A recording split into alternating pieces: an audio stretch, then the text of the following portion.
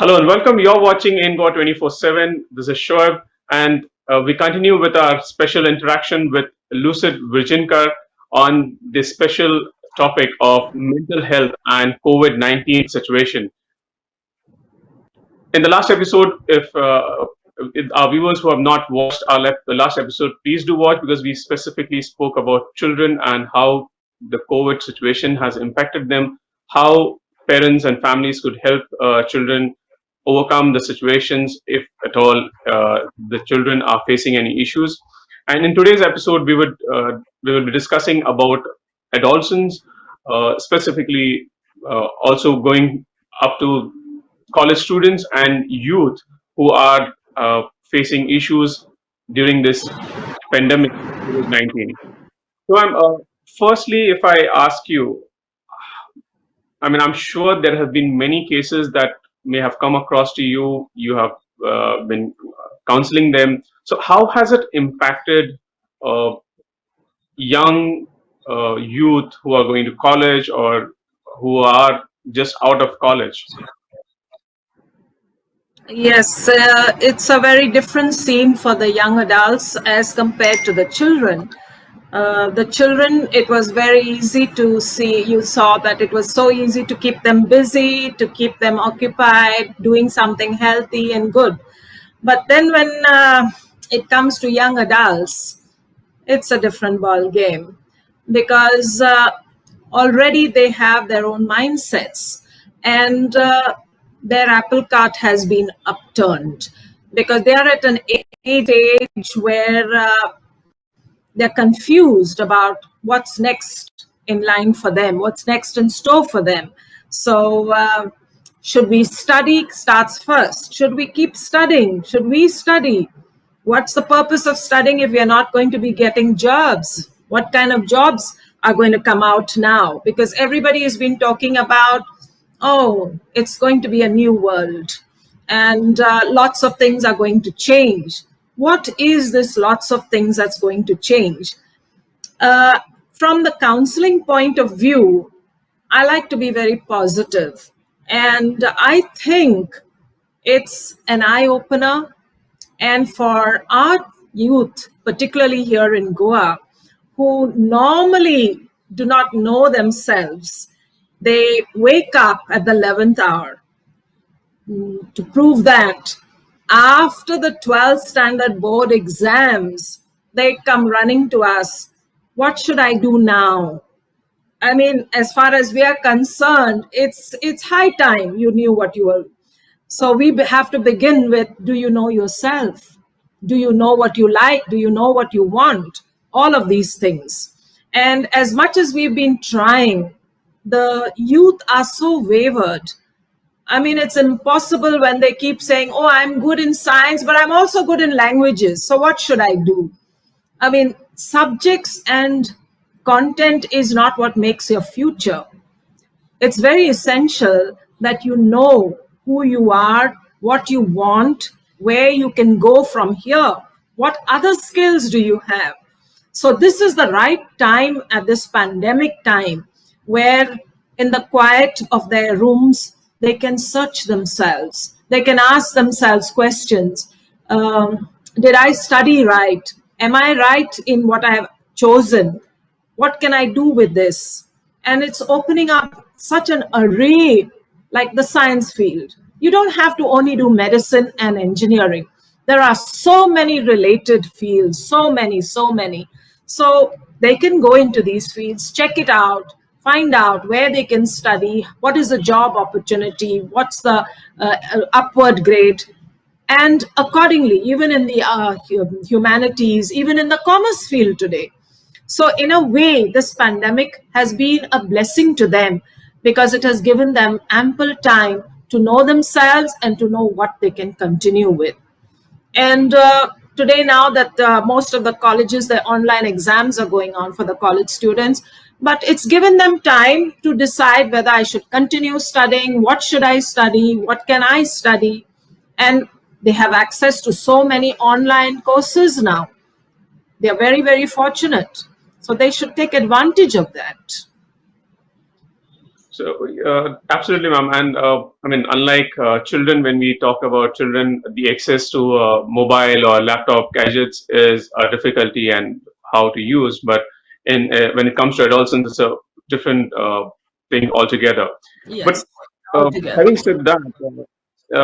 said that, ma'am, the pandemic has also thrown a lot of surprises for families and for individuals also in ways of how their relationship is with the family members, siblings, and also, if I say outside the family, for parents, for a lot of parents, probably it may have come as a surprise that their children are having relationships outside, affairs, uh, and on the downside, even some of them involved in drugs. So how do you think one this youth themselves can cope up and come out more openly to the families, and on the other side, how families can help their children, help this young adolescents cope up with the situation? Yes, this is the right thing you touched on because till date, these were hidden secrets, and that's one of the reasons why the young adults preferred friends. They would confide in friends rather than in counselors or parents or teachers. And this parent young adult child relationship was never healthy, and now they're thrown against the wall with that. Unfortunately, in this area, these youngsters who have been misunderstood, who have not been able to relate, who have always been hidden people, very introverted in these affairs like relationship, even drugs for that matter. What has happened is it has hit them very badly. We've had quite a few suicides in this area, and that's the tragedy. And it's because of the suicides where parents, teachers, and we counselors have opened our eyes. And most of the parents, they are in utter shock because they could not believe for the life of them that their child was into drugs. And now it had to come out because, as you see, withdrawal is very symptomatic. You can see it, and because of the lack of drugs, they have gone into any extent, which is a very sad and a tragic thing. It's only if there was healthier and better relationship. Now, if you feel that you are not comfortable with your parents, not all youngsters are comfortable with their parents because it's not a one-sided thing. Even the parents have to again understand their role. And instead of being that dictatorial parent or authoritative parent, why can't you be older brothers or sisters to your youngsters? After all, it would be so much healthier if they did and spoke about it at home rather than reach outside. And because they don't trust their parents or they don't get along with their parents, they are forced to talk to their friends. It's in very rare cases have they called up counselors. We've got apart from formal counselors, there have been a lot of NGOs and groups that have come up recently in this pandemic time, and it's commendable. I'm really happy that they have all come in because it's not only the youth that have had these issues. There are young wives, newly married ladies.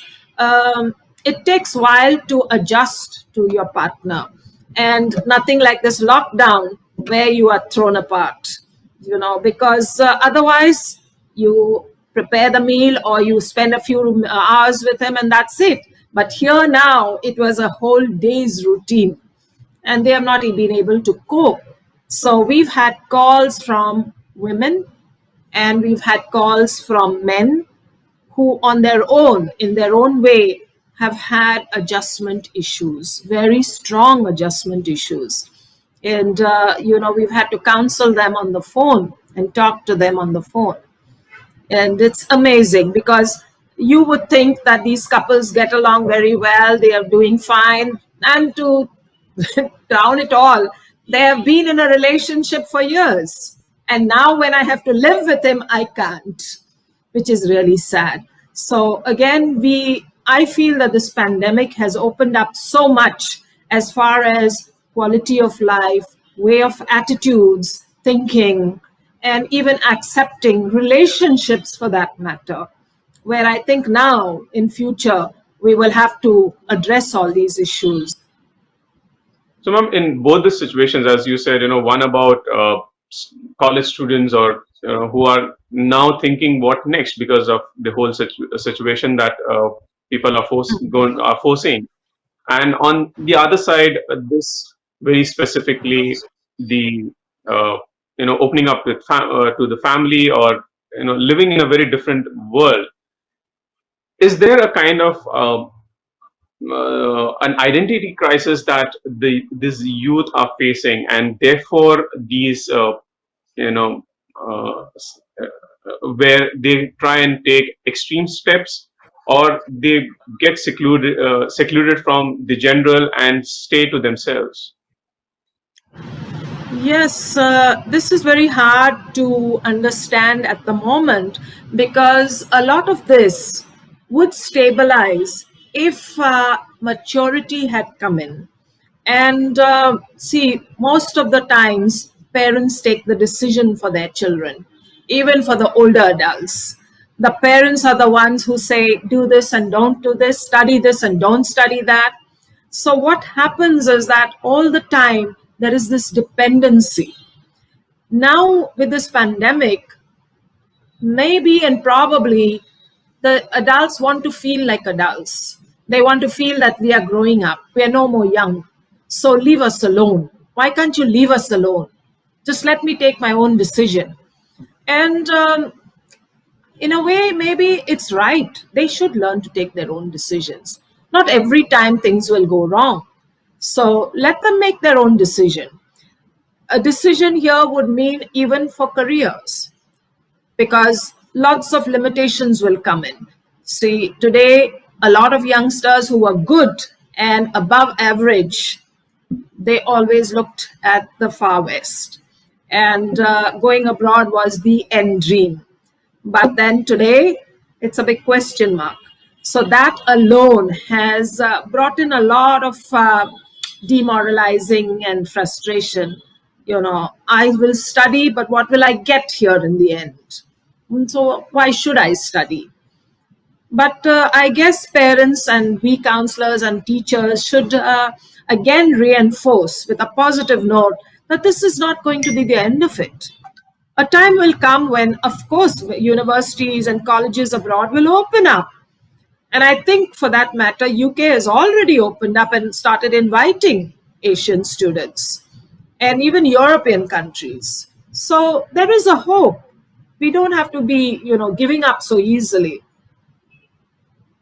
So, ma'am, now this being from the personal, I mean, the futuristic point of view, now when we talk about gadgets, when we talk about mobile phones or connectivity, with children it's a very different matter altogether. But when coming to youth and young adults, there's one problem that uh, a lot of youth now are talking about, at least some experts are talking about, is about the too much consumption of news. Uh, there's so much of overflow of news, and most of the time it is this consumption that is driving towards pessimism. Uh, how to overcome this situation? See, like I really, leave it to the youth and the parents because news is always going to be there. And news today, media, social media has taken opportunity of the fact that everyone's at home and everybody needs their feed of news. And so they're giving it. Okay. At the same time, excuse me, but if at the same time, not everything that we hear is right. There's lots of it that you have to see through. So this is where, the effective parenting comes in. And parents need to sit and discuss the news with their youngsters, provided they understand it themselves. So don't make the world look so rosy on the other side. They need to tell them that yes, it's fine, it's good, but check it out. And there are means of checking out, and they need to. Your youth have to learn to check out whatever they learn and see. They don't accept everything. One situation that I have come across and I know about is those youth who have lost their loved ones. In fact, uh, some of them, young college going adolescents, have lost even parents. One of the parents, maybe father or the mother. Uh, what could be a way out for them? Because this is also going to become a problem that they will not be able to uh, bereave and console themselves because the whole situation is such. And if somebody has succumbed to COVID-19, it's all the more worse because there's Yes. stigmatization that is going along with it. The family is then isolated. Even the neighborhood people are not wanting to be in touch with them. How Right. does one cope with this situation? This is really a very sensitive area, and absolutely the fact. And just mere you and me sitting with them is not going to help. They have to go through in levels of bereavement therapy. There are special counselors, there are such special, even the priests and stuff, they take them into confidence and they do bereavement therapy, where they are they are made to relive, they are made to relive the good times that they had with the loved one, and how they grew up with them, and how those people had expectations, and now you are left to fulfill that expectation. So if you let go and you you know fall into a doom, you are letting them down terribly, and they would be very disappointed with you. So keep in touch with them through your own way of talking to them, maybe your parent or maybe your grandparent that you were attached to. Sometimes it could be a loving uncle or an aunt or even a teacher for that matter. So just be in touch with that person, and ask that person to keep being with you, blessing you, guiding you, inspiring you. And you need to grow strong in that manner, because this is a very, very sensitive and a very weak area. And not anybody, because if you do the wrong things, you can break the person down completely. So it requires a lot of working with that person. And this age is a very delicate age. Yes, as you said, very much. So professional help would be a must, Yes, and is a and that would must. be. So, ma'am, Yes. when we talk about professional help, has there been a lack of focus on mental health and providing professional help in the state of Goa, and especially in these circumstances currently? Though I know that Nirmala Uh, Institute has a very specific course, you are one of the faculty yes. there, and over Yeah. the years there have been a lot of people who are into counseling now. But as a whole system, the way it should have been devised, do we have that system in place? Yes, we do. We do. And I'm very happy to tell you that there are certain NGOs, for example, the COOJ, okay, run by Dr. Peter Castellino. He has trained counselors who only address these issues, particularly suicidal tendencies. And they are also online helpline. So anyone from any remote corner of Goa can get in touch with them. And that's a very, very useful. Beside that, even the government had introduced, but I'm not very sure if they still have it now, but they did have a helpline, and you could call in. And if there was domestic violence or if there was something that you could not handle, you could call them and they would talk to you. And if necessary, they would come over them. And like this, there are more and more coming up, which is very good and healthy. And then, of course, over the years, Nirmala has trained so many. Then now there are other colleges also that have started. And all of these counselors are going out and reaching out, which is a very, very healthy sign. So I don't think that, there is a dearth of it. You just need to be aware and pick up at the right time. Recognize that you are having a problem and that you need help. Don't shy away from that. It's not a disease. It's not something to be ashamed of. So everybody needs help. And so, we need to reach out and help them. So definitely, and ma'am, while we know there's a lot of negatives to the situations that we are facing currently, but as it said that every situation also brings in a lot of positives. So if you could highlight a few positives that we could see, because everybody talks about a lot of negatives that comes along with the COVID situation, but if we try to bring in some optimism and how every family or every youth within their family could bring out this optimism, this positive vibes within their family, what could be those things that they could look forward for? I think the number one thing that I cannot forget and will not forget is the fact that the quality of life improved, quality of family life improved. And it began by being forced to be together, but eventually healthy families did a great job with it. They took turns. Like if the father said, "Today is my turn to entertain," he would take it seriously. And then the children would say, the grown up children would say, "It's our turn to cook the dinner today." It was excellent, because these are some of the things that would never, never happen otherwise.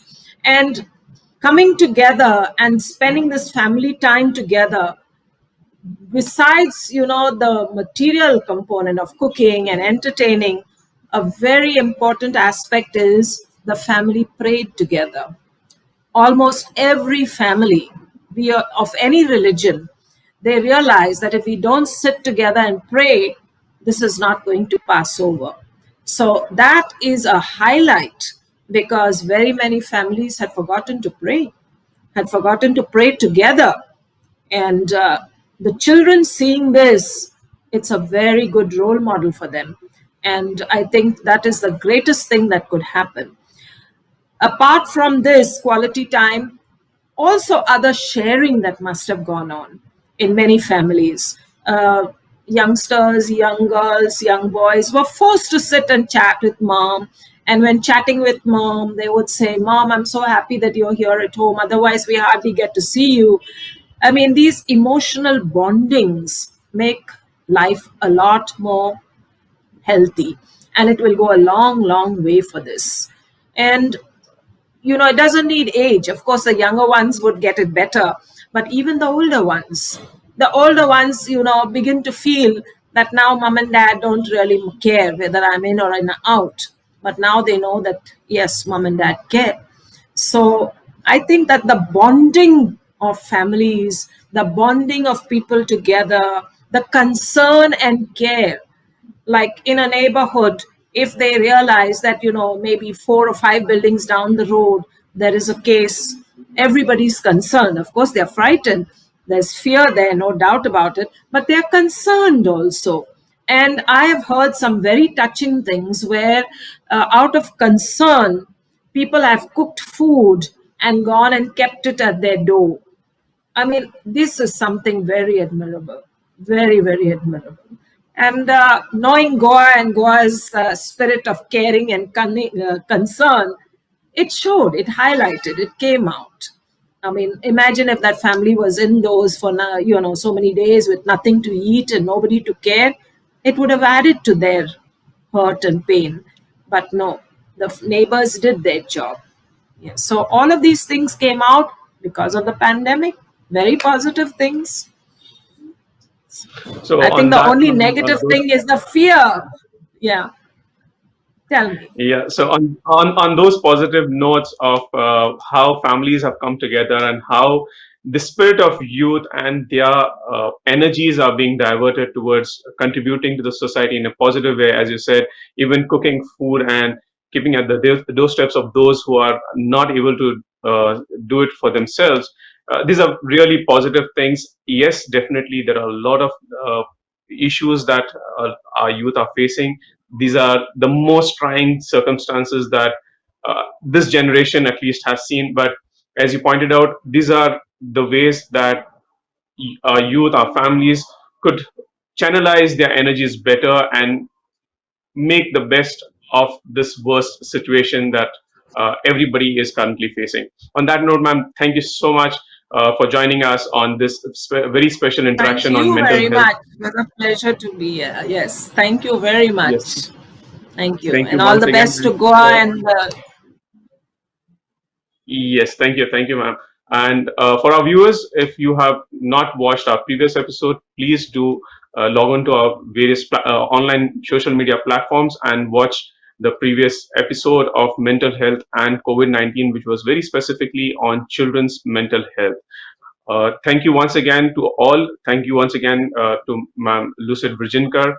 You can reach out to Nirmala Institute if you want to get counseled through her, or as she said, you can uh, reach out to Kuj, who's doing a fantastic job. There are other helplines, uh, even from the government, some of them still continuing, and a lot of NGOs.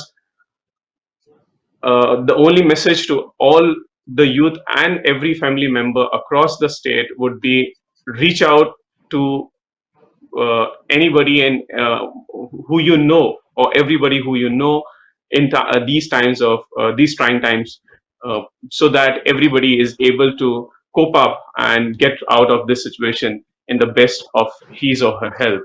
Thank you once again. Keep watching in Goa thank you. 24/7.